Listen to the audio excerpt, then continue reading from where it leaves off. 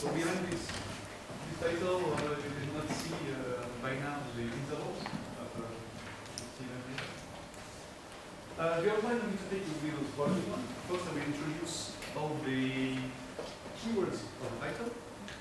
Then I will make a broad state of art, depth state of art of all techniques which are related to continuation methods and multi-objective optimization.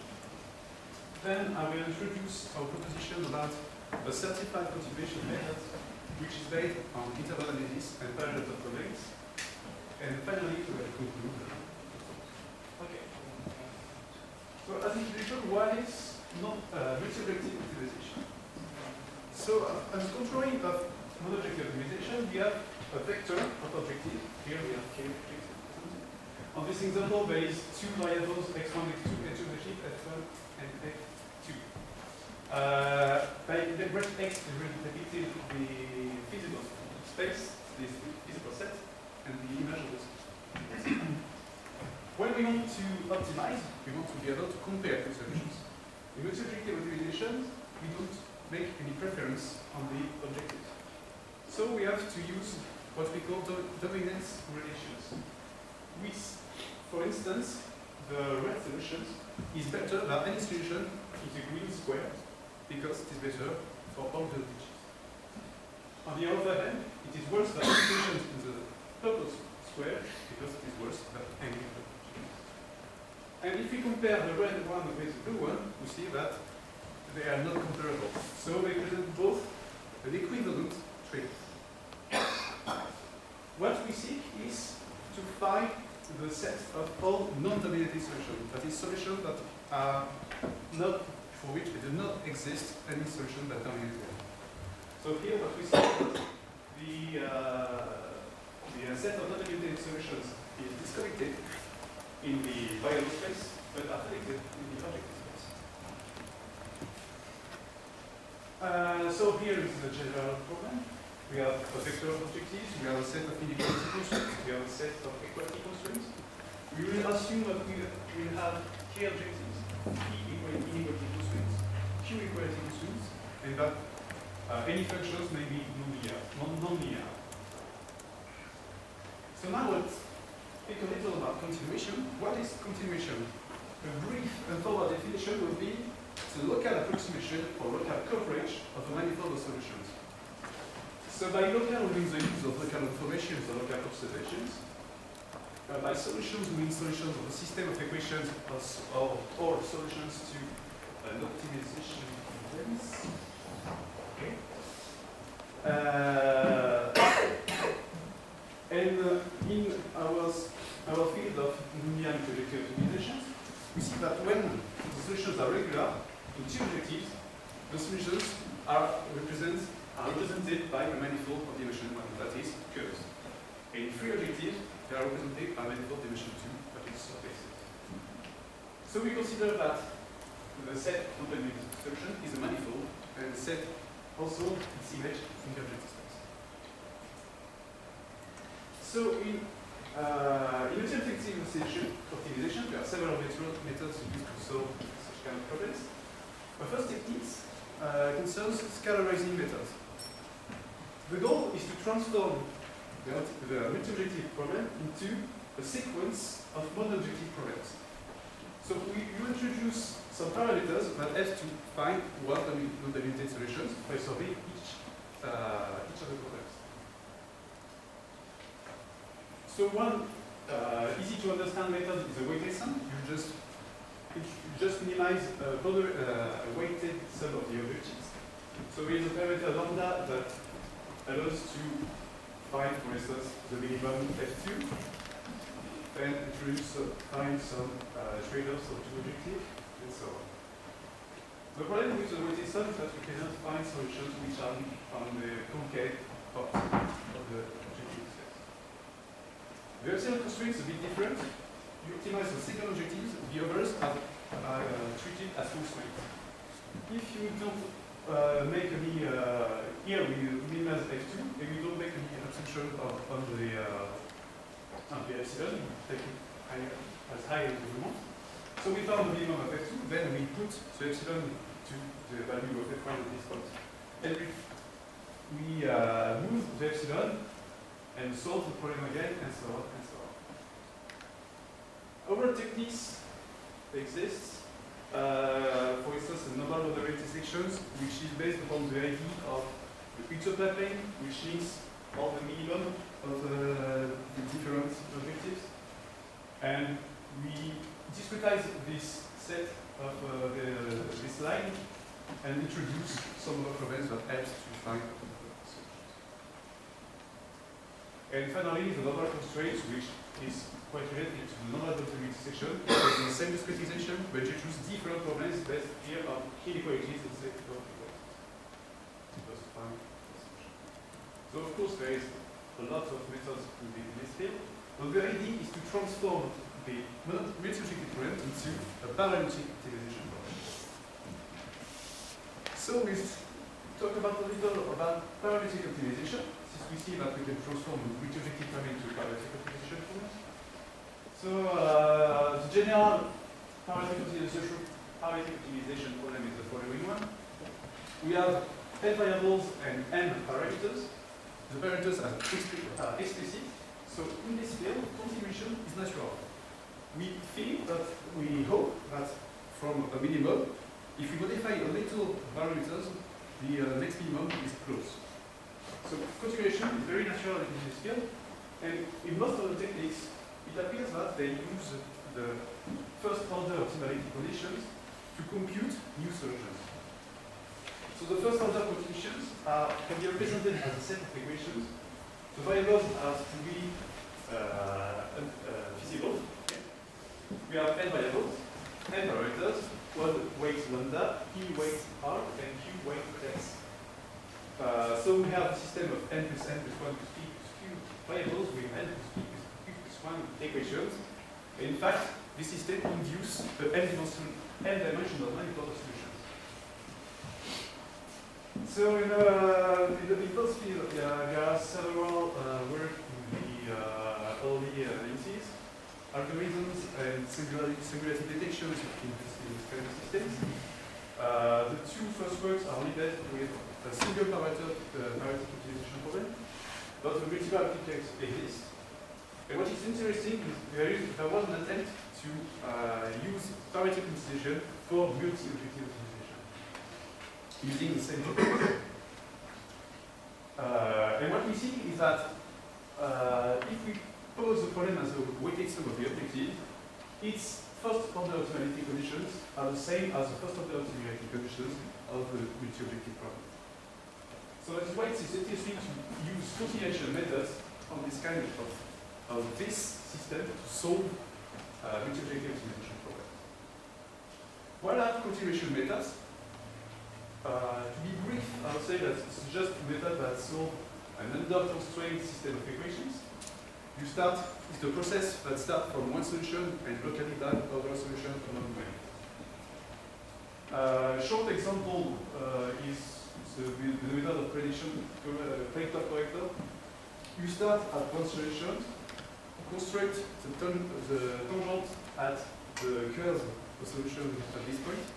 You build this way a predicted point, and then you correct the point to push it towards the manifold solution. And you repeat the process until you build a set of points along the manifold that approximate the shape of the manifold. So continuation methods have been used for multi-objective optimization and proposed in 2001, and some other works have been proposed which hybridized the continuation methods and multi-objective techniques, such as meta-heuristics here and global methods. So we see that continuation methods and minimal multi-objective optimization is promising. They help for both two fields. For example, meta-heuristics are approximative techniques, so it's interesting to use in them. Also in global algorithm. But actually, few only consider inequality constraints because they introduce singularities in the system of equations. And few give certification of the continuity of the manifold that is discovered. which can lead to a false representation of the manifold and loss of solution. As an example, if we take a solution as an asymptote here in blue, a predictor operator techniques may found this approximation. So we may think that this red, the whole manifold is a red line, but in fact, it's an asymptote.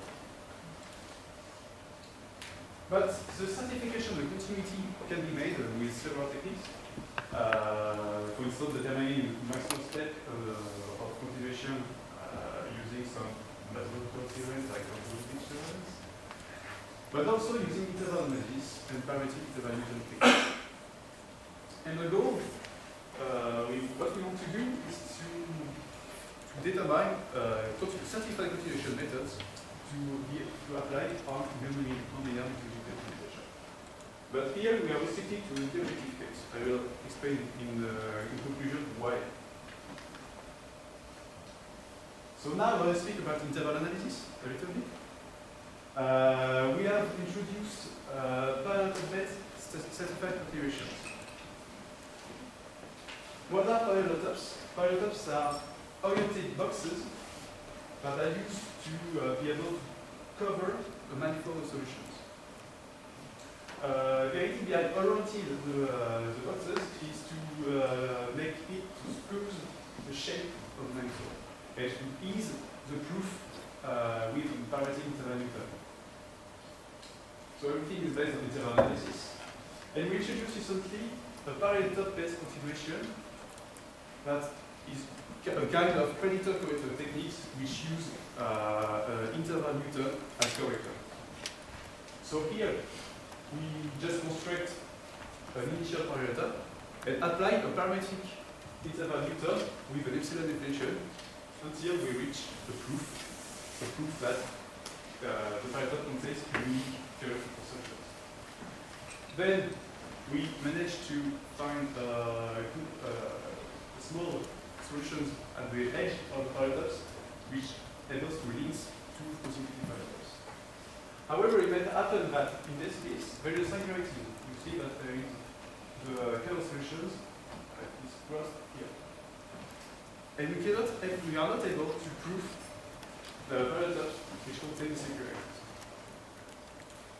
So when we have singularities in the parallelotopes, we reduce the step size, repeat the process, but we are only able to get as close as to singularity but never reach it. So as I said, many continuation techniques that do not consider, for multi-linear optimization, does not consider inequalities, because in this system, inequalities induced here a source of singularities. When the constraint Gi is equal to 0, but its weight is equal to 0, this line, if you derive this line, you see that the line is 0. So the difficulty is here, it's just the inequalities are important in many applications, because even if you consider a boundary constraint problem, boundaries have to be considered as inequalities. So technically, we cannot endorse inequality constraints. However, we see that we have determined a strategy to deal with them. How we do that? We consider instead of the whole system a subsystem, which only considers a set of active constraints. A set of active constraints is a constraint for which g of x is equal to 0. So we consider the active constraints as standard equality constraints. Any inactive constraints are not considered.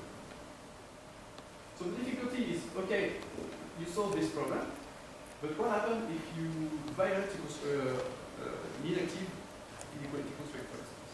Or how you detect that an active constraint has to be deactivated. So this is done rigorously with interval analysis. So I take the example as before. Imagine that the blue line is a manifold of solutions of first order optimality conditions with no active constraints. So here, the last parameters, violates the constraint GI. So there is a possible activation of this constraint. So what we do is that we try to first certify the activation. We need the proof of existence of these violations. So to this end, we just add the constraint GIX for 0 to the set of equations input. And once we get this proof, we are able to change the set of active constraints by adding the constraint I to the system. Then we build operators that try to isolate first the activation to be sure that everything is stable inside. And then we orient the continuation with respect to the sign of the associated weights. And then we repeat the process. And we are able to perform the activation of constraints. So the case of deactivating constraints is in fact similar. Imagine you go, instead of going this way, you go this way. It's the same. You just detect that the weight is equal to 0, and then you orient the continuation to the inner of the inequality. Okay, so some experiments about how this works. So we implemented our algorithm Partout in C++ using the real-paper API, using GEL as the real-paper identity equivalent, and some other library for linear algebra and very fast binding. And we suppose that we want to use our method as a post-process of a meta-heuristic. So we launch a meta-heuristic, and from some of these points, we start a continuation in order to certify the optimality of the produced points. So this idea has been suggested in the literature, and we compare the efforts of the two methods to see how much it costs to certify all the solutions given the efforts of the meta-heuristic. So here is a bi-objective problem, standard bi-objective problem from the literature. So you see that there is some constraints with a given answer, so it is non-linear constraints. And we start outcomes from the guessed optimum on F2. So here we see the objective space of the problem. In red cross, it is the points produced by NSGA2. And in blue lines, it is line connected